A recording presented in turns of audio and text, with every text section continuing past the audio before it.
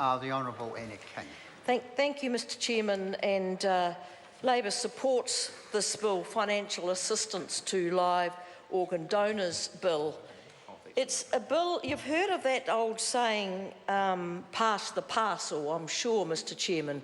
Well, this is one of these bills that you'd call pass the bill. I don't mean passing of the bill, the passage of the bill. I mean, this was a bill that has gone through the hands of a number of members, Cam Corder, Michael Woodhouse, and finally Chris Bishop. That's right. And you know, there's an old joke that's often told at celebrity debates, and I'm sure Mr Bishop's heard it, and it goes like this: he was so lazy he married somebody who was already pregnant. Well, in the case of Mr Bishop, he took over a bill where the work had already been done, sent it to the Select Committee for further work to be done, while he sat taking the credit for it. So I can see an analogy between that joke and Mr Bishop. You see, the truth is that this bill came to the Select Committee in a very poor state, Mr Bishop. Here we go. Yes, I'm going to say this because I want to rename this bill. I want to rename it the Health Select Committee's Bill. Not in the name of Mr Bishop, but in the name of the Health Select Committee. Because the bill was not in a fit state when it came to the Select Committee. Mr Bishop had just put his name on it and the glory on it, and you know, it was out there in the media, but he hadn't done the grunt work on this bill. And so it came to us at the Select Committee, and we set out to turn it into something that was going to be workable, and I believe the changes that we have made do make it workable. So we started off by changing the name to begin with. We changed the name so it does reflect that it is for financial assistance for live organ donation.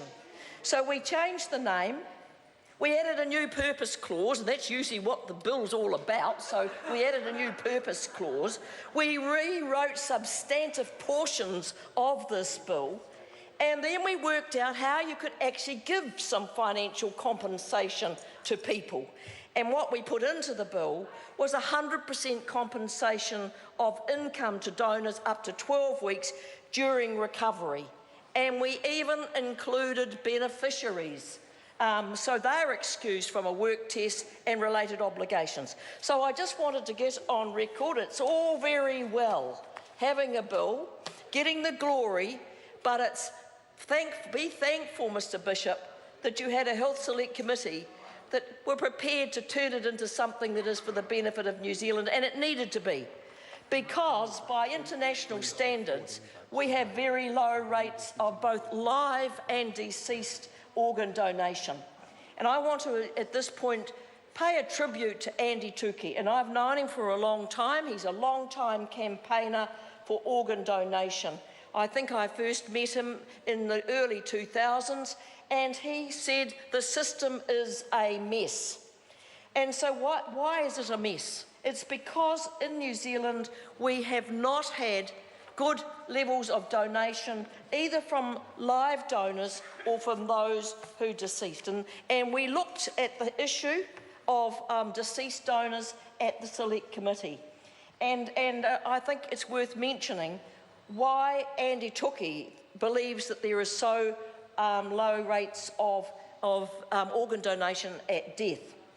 And it was shown at that time, I think he brought it up, a story that was in Stuff in March 2016 about a young man called Michael Boyce who died suddenly in February. And his family honoured his last wish by donating his organs. 7 strangers were helped by that donation. But the point was made that that doesn't happen in many, many cases. In fact, when you look at what happens for those who have deceased and the donations of their organs, most family members refuse to allow their family members' organs to be donated. When they're asked, 6 out of 10 refuse. You could say, and I think it's true, it is the worst possible time for a family to be asked. So it is understandable that Mr. Honourable Chair, Anna King. it is understandable that often families will overrule the dying wish of that family member. Interestingly, an online survey was undertaken and it showed that 88% of New Zealanders believe that the wishes of a person should be followed through even when they have died. But that does not happen.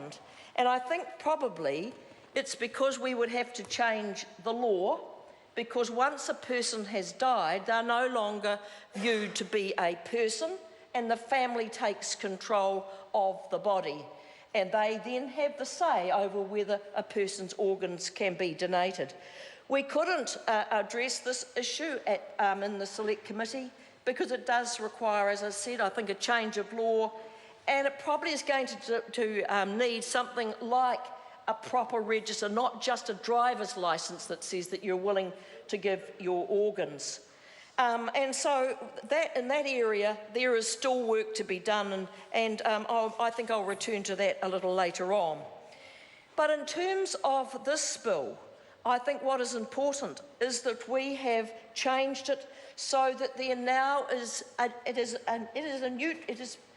fiscally neutral for a person. It's no incentive for someone to go and give an organ and be paid for it. I mean, that is immoral, and we certainly would not support that, just as we don't support people being paid to give blood in New Zealand. We certainly don't pay for people to give organs in this country. But what this bill does, and we looked at it so carefully to make sure that we got it right, it does allow for 100% compensation of income for those donors. Now, financial barriers are a problem.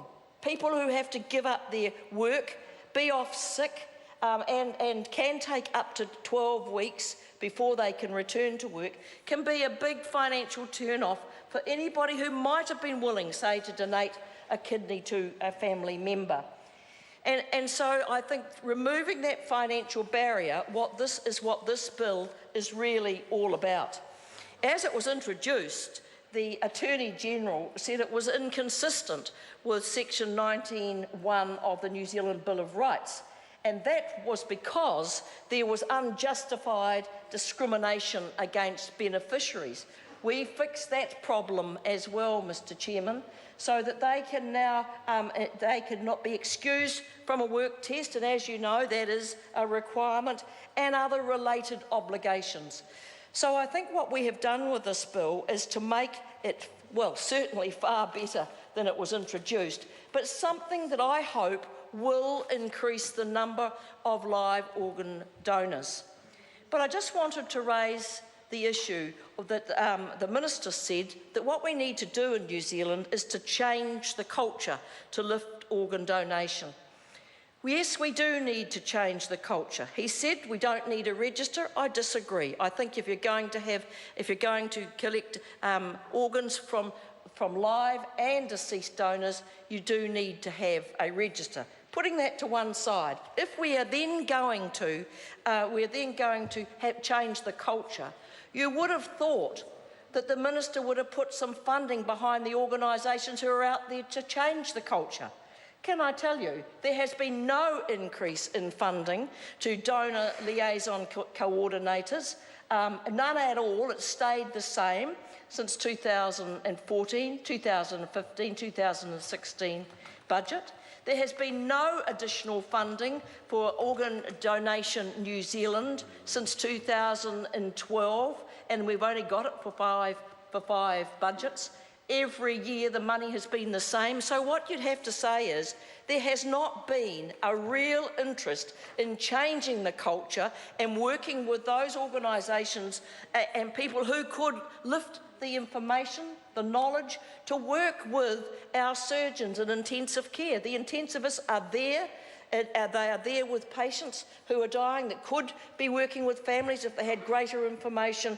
I was really disappointed to get this answer in a written question from the Minister, to see lots of fancy talk from the Minister, culture change needed to lift organ donation, and very little contribution has been made towards that.